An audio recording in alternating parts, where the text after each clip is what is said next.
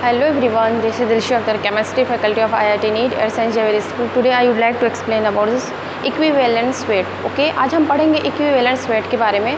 Molecular weights तो generally सब निकाल ही लेते हैं, लेकिन इक्विवेलेंस के बारे में हम स्टडी करेंगे. ओके, चलिए देखते हैं इक्विवेलेंस क्या होता है.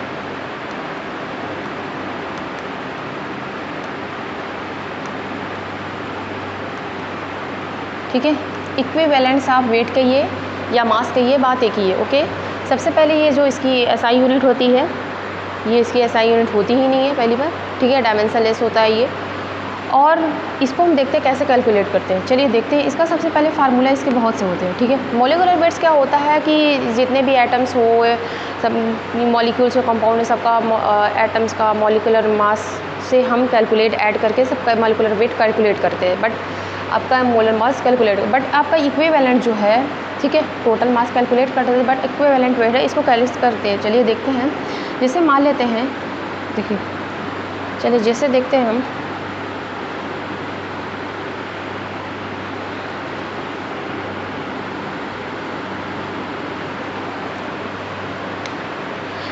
जैसे देखते हैं, हम बात करते हैं इसका इक्विवेलेंस निकालने का फार्मूला क्या होता है. इक्विवेलेंस निकालने का फार्मूला होता है इज इक्वल टू, होता है मॉलिकुलर वेट. ध्यान दीजिएगा, मॉलिकुलर वेट, ठीक है, sorry, molecular weight divided by molecular, अच्छे से लिखो,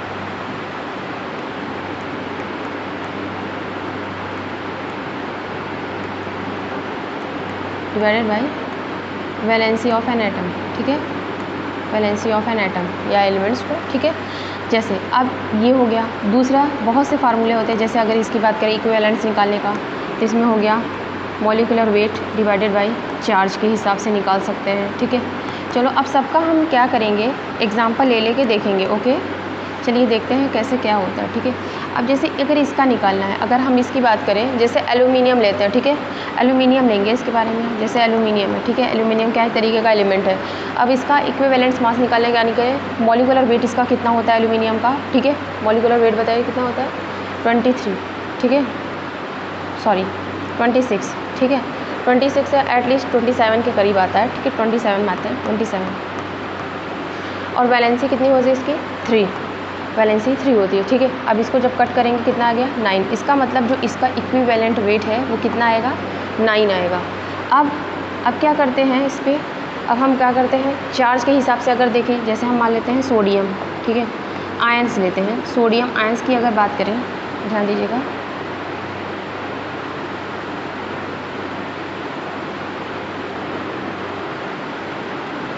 सोडियम आयंस की बात करें तो इस सोडियम का एटॉमिक नंबर कितना होता है, 23. अब इस पर कितने चार्ज है, +1, तो हो जाएगा. तो इसका मतलब इसका इक्विवेलेंस वेट कितना आया, 23. ठीक है, चार्ज से भी निकाल सकते हैं और इसकी वैलेंसी से भी निकालते हैं, डिपेंड करता है कि पूछा गया है. ठीक है, इस तरीके से निकाल जाता है. अब बात ये आता है कि मान लेते हैं अगर कोई एसिड दे दिया, ठीक है, एसिड दे दिया, तो उसका इक्विवेलेंस कैसे निकालते हैं.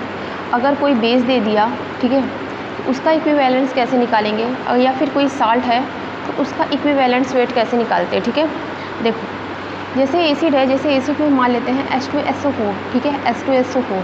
ठीक है, इसका कैसे निकालेंगे, तो इक्विवेलेंट निकालने का इसका फार्मूला होता है, इक्विवेलेंट निकालने का. जैसे इसका होगा मॉलिकुलर वेट. ठीक है, मॉलिकुलर वेट डिवाइडेड बाय, इसमें क्या है, एसिड. ठीक है, इसमें H प्लस आयन जितना डोनेट करेगा उसको बोलते हैं. अब जैसे इसका एग्जांपल देखो, इसके एग्जांपल के अकॉर्डिंग चलेंगे तो H2SO4 का मॉलिकुलर मास कितना होता है, 98. ठीक है, अब इसमें कितने आयंस डोनेट करेंगे, 2.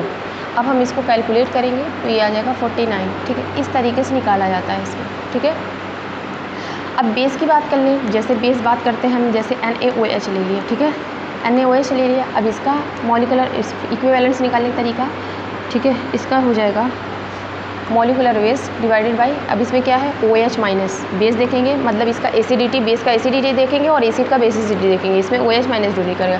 अब इसकी बात करें तो इसका सोडियम का जैसे मान लेते हैं 23 हो गया, ऑक्सीजन का 16 है, इसका 1, और OH माइनस में कितना है, 1. अब टोटल इसको काउंट करिए कितना होगा, इसका हो जाएगा 10, 40, नियर अबाउट 40 आएगा. ठीक है, इतना हो जाएगा. अब जैसे साल्ट की बात करें, साल्ट में हम जैसे देखते हैं NaCl की बात करूँगी। NaCl में अगर इसका देखेंगे तो इसका मॉलिक्यूलर वेट डिवाइडेड बाई, अब इसमें क्या होगा, इसमें चार्ज हो, ठीक है। जैसे इसमें क्या हो सकता है, कैटायन हो सकता है या तो एनायन की बात करेंगे।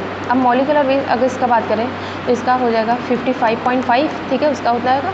और कैटायन जैसे इस पर बात करें +1, कैटायन किसका 1, तो ये हो जाएगा इसका इतना आ गया 55.5। इस तरीके से फिर क्वेश्चंस आते हैं, ठीक है।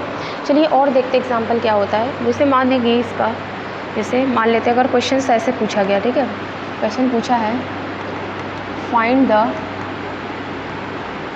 ग्राम इक्विवेलेंट मास ऑफ, जैसे दे दिया H2SO4। अब क्या होगा, ग्राम इक्विवेलेंट मास पूछा है, ठीक है। अभी तो जनरली हम जानते हैं H2SO4 है, अभी इक्विवेलेंट वेट निकालेंगे कितना आएगा, इसका क्या होता है 98, ठीक है। एसिडिटी 2 हो जाएगा 49, ठीक है। ग्राम इक्विवेलेंट मास निकालना है H2SO4 का, और जबकि इसका दिया गया है 0.98 दिया गया। अब बताओ कैसे निकलेगा, इतने ग्राम में दिया गया है। अब पता है ग्राम इक्विवेलेंट निकालने का फार्मूला, ग्राम इक्विवेलेंट वेट निकालने का फार्मूला, ठीक है, क्या होगा, ग्राम इक्विवेलेंट, इसका क्या है 0.98 दिया गया है, ठीक है। अब इसमें आप क्या करिए 49 से डिवाइड करिए, तो ये आ जाएगा 0.02, ठीक है, इतना आएगा। तो इस तरीके से क्वेश्चंस करते हैं हम, ठीक है। चलो और क्वेश्चंस देखते हैं। जैसे मान लेते हैं इस तरीके से क्वेश्चंस आएंगे तो क्या करेंगे, जैसे इसमें दिया है H3PO3 इज यम, ठीक है। इसका जो इक्विवेलेंट वेट है, इट्स इक्विवेलेंट वेट मतलब क्या है, इक्विवेलेंट वेट क्या है, इसमें निकालना है क्या होगा। इसका H3PO4 का जो है मास दिया गया है कैपिटल M से डिनोट कर रहा है, ध्यान दीजिएगा, कैपिटल M से डिनोट कर रहा है। अब इसका इक्विवेलेंट वेट पूछा है, तो सबसे पहले इक्विवेलेंट निकालने का फार्मूला, मॉलिक्यूलर वेट इसका कितना है M दिया है, ठीक है। H3PO4, अगर H3PO4 में इसका देखिए, ध्यान दीजिएगा, इसका बेसिसिटी कितना होगा। अगर मैं बात करूँ इसका बेसिसिटी, ठीक है, इसकी बेसिसिटी की बात करूँ तो इसमें कितने हाइड्रोजन, पूरा तीनों डोनेट करेंगे, तो इसका मतलब इसकी बेसिसिटी m/3 हो जाएगी। इसका मतलब ये ऑप्शन हो जाएगा। इस तरीके से करते हैं इस वाले क्वेश्चन को, ठीक है, ये हो गया। चलो और देखते हैं, जैसे मान लेते हैं ये क्वेश्चन, ठीक है। अब इसमें दिया है m is the molecular weight of KMnO4, the equivalent weight of KMnO4 when it's converted into K2MnO4। कह रहा है आपका जो KMnO4 है वो कन्वर्ट हो जाता है आपका K2MnO4 में, ठीक है। सबसे पहले इसको कैलकुलेट कैसे करेंगे, सबसे पहले अगर हम इसका ऑक्सीडेशन स्टेट की बात करें, जैसे इसका +1 हो गया, मान लेते हैं यहाँ पे x है, ठीक है, इसका करेंगे तो -8, मतलब टोटली फाइनली यहाँ पे क्या आ रहा है, x = 7। यहाँ पे अगर हम देख रहे हैं तो +7 हो रहा है, ओके। अब यहाँ पे अगर इसकी बात करो तो यहाँ पे 2 हो गया +x, और यहाँ पे -8, और यहाँ पे अगर बात करो तो यहाँ पे 6 आ रहा है, +6 आ रहा है, ठीक है। ये ध्यान देना, +7 से 6 हो रहा है, यानी इसका KMnO4 कन्वर्ट हो रहा था K2MnO4 में। अगर टोटल इसमें चार्ज की अगर बात करें तो 7 - 6 करेंगे, मतलब टोटल चार्ज कितना आ रहा है 1 आ रहा है। और मॉलिक्यूलर वेट कितना है KMnO4 का कितना दिया गया है, KMnO4 का कैपिटल M दिया गया, और टोटल चार्ज कितना है 1, तो इसका मतलब m कितना हो जाएगा, m हो जाएगा।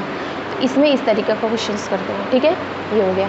नेक्स्ट अब हम इसकी बात करते हैं। अगर इसमें इस तरीके से क्वेश्चंस आ जाए, अगर बोले a bivalent metal has an equivalent mass of 32। अब इसमें क्या हो रहा है, बाईवेलेंट मेटल हो, पता नहीं है क्या होगा, 32 दिया है। द मॉलिक्यूलर मास ऑफ जैसे क्या है आपका मॉलिक्यूलर मास फाइंड आउट करना है। और जो बाईवेलेंट मेटल है, कोई मेटल है, मेटल नाइट्रेट, ठीक है, metal nitrate has an equivalent मास। अब इतना दे दिया गया, पता नहीं है, नाइट्रेट NO3 होता है। अब इसका जो मेटल है ये पता नहीं है क्या होगा यहाँ पे, ठीक है, ये आइडेंटिफाई नहीं है।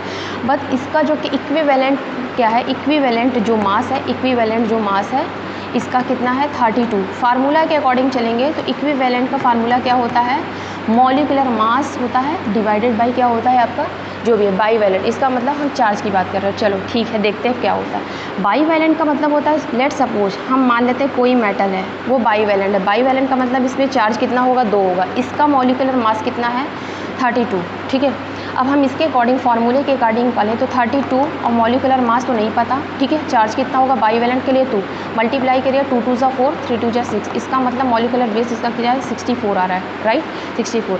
तो इसका हम मान लेते हैं यहाँ पे मेटल है, ठीक है, यहाँ पे। अब हम इसे फार्मूले के अकॉर्डिंग गए, यहाँ पे NO3 हो गया, नाइट्रेट की वैलेंसी 1, और यहाँ पे करेंगे 2 या 1, मतलब इसका मल्टीप्लाई करेंगे तो ये हो जाएगा NO3 का ट्वाइस, मतलब ये मेटल अगर भी पता नहीं क्या होगा, ठीक है। अब चलो इसका आइडेंटिफाई करो। यम का कितना किए हैं 64, यहाँ पे लिखो 64 और ये 2 को आगे, ठीक है। और प्लस नाइट्रोजन का कितना हो जाएगा 14, इसका कितना हो जाएगा आपका 48, ठीक है। अब पूरा कैलकुलेट करिए तो ये आ जाएगा 188, ठीक है। ये वाले क्वेश्चन इस तरीके से अब यहाँ पे ट्राई वैलेंट दे दे, कुछ भी दे दे, पता है कि क्या होगा। इस तरीके का क्वेश्चन हम कैसे करते हैं, फार्मूला दिया था, चार्ज पता था इसमें कितना है, मल्टीप्लाई कर दे, मॉलिकुलर वेट आ गया। अब यम का आ गया, बाकी तो और का पता ही था क्या होगा। तो इस तरीके का क्वेश्चन हम ऐसे करते हैं, ठीक है। Okay, that's all, thank you.